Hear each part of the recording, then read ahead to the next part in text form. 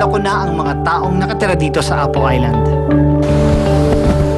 Ngayon naman ay kikilalanin ko ang iba pang mga nakatira dito.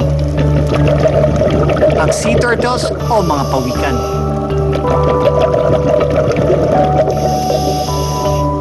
At para magawa yan, kailangan ko sumisid sa ilalim ng dagat upang hanapin sila.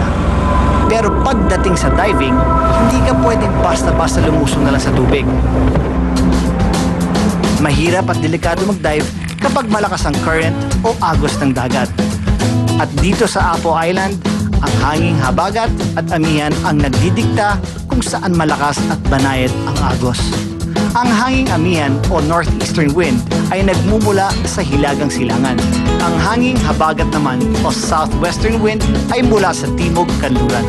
Kapag gusto mong mag-dive, kailangan mong pumwesto sa kabilang direksyon ng isla na kontra sa hangin. Sa ganoong paraan, magagamit mo ang isla bilang panangga sa ihip ng hangin. At dahil hanging amihan ang umiihip ngayon, kinailangan naming umikot ng isla upang makaiwas sa malakas na agos ng tubig.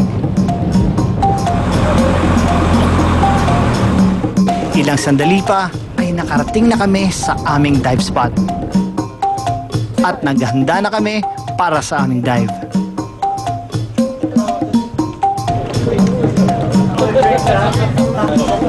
Si Harold, si Derek, ako.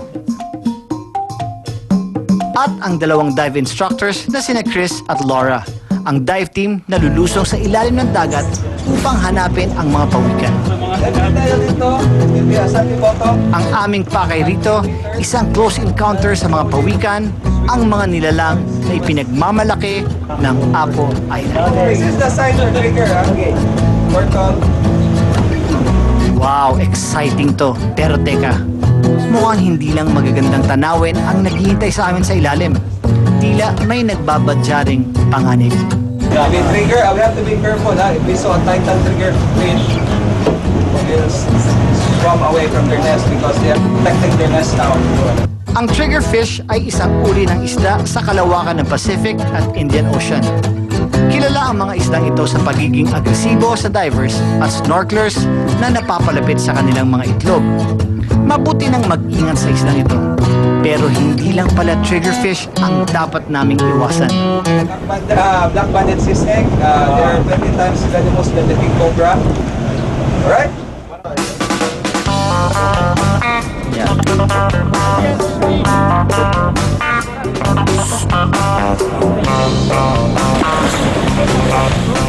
Ilang sandali pa ay nasa ilalim na kami ng dagat.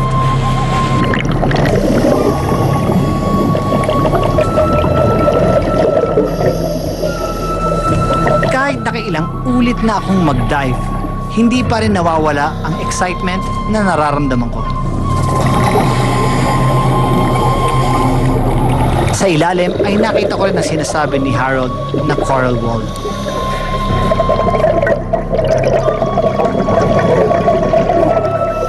Ang coral wall ay isang uri ng coral reef na pahaba ang direksyon imbis na pataas.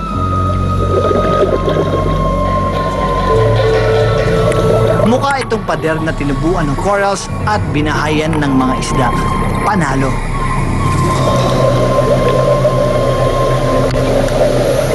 Talaga namang piyesta para sa mga mata ang kailaliman ng dagat.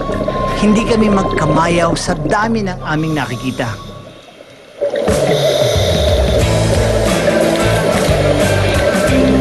Nandiyan ang nagaganda ang coral structures na pinamamahayan ng iba't ibang klase ng isda. Ito't may nakita pa akong kamag-anak ni Nemo, isang clownfish na nagtatago sa halamang dagat na kung tawagin ay sea anemone. Ibang klase talaga ang yamang dagat dito sa Apo Island. Kaya naman di na nakapagtatakang gawin itong isang marine reserve.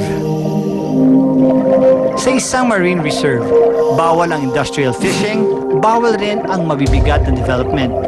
Sa madaling salita, layunin na panatilihin ang isang marine reserve sa natural nitong estado.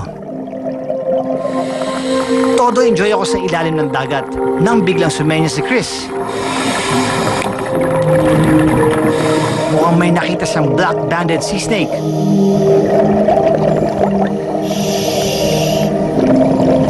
Maliban kay Chris, lahat kami agad na lumayo. Mahirap na.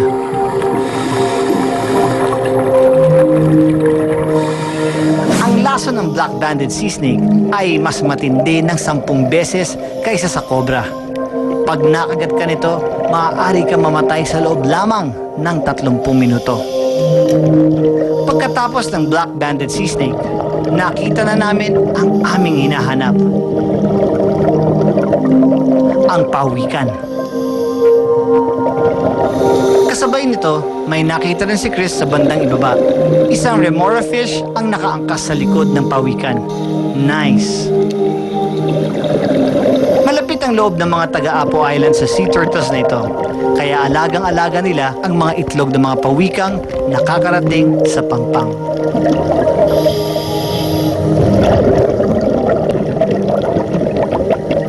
Ayon sa kwento ng matatanda, may mga pagkakataon daw na ang mga pawikang ito ang nagliligtas sa mga mangingisda sa dagat. Pag lumubog ang kanilang mga bangka, inihahatid raw ng mga pawikan ang mga mangingisda sa pampang. Matagal-tagal na rin kami dito sa ilalim ng dagat. Mukhang oras na para umahon.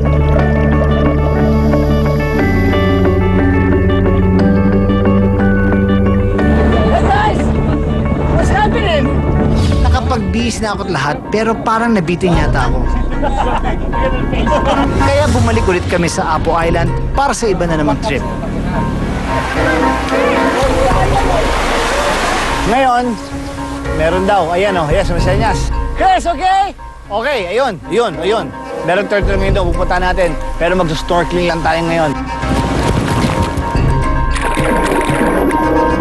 Unang lusong pa lang namin ay nakita ko na agad ang sea turtles. Di yata't sa mababaw na parte ko pa sila natagpuan. Ito'y dahil daw sa ganitong panahon, mas tumutubo ang seaweed na kinakain nila sa mababaw na parte ng dagat, kung saan mas mainit ang tubig.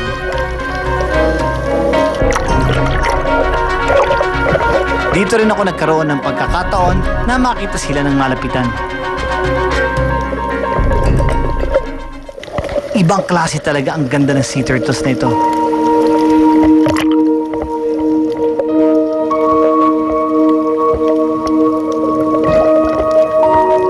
Ilang sandali pa ang lumipas at dumiretso na ako ng langoy sa bangka para umahon. Parang, Wow! Nakakita kami! Galing, saya na ito. How lucky can we get? Thank you! Mwah! Nakaisang solid na experience na naman tayo dito sa Apo Island. Pero mukhang hindi ko yata dito matatagpuan ang hinahanap kong agimat. Narinig niya yan? Narinig niya? Narinig mo? Narinig mo? May sumisigaw, ha? Papalampas mo naman.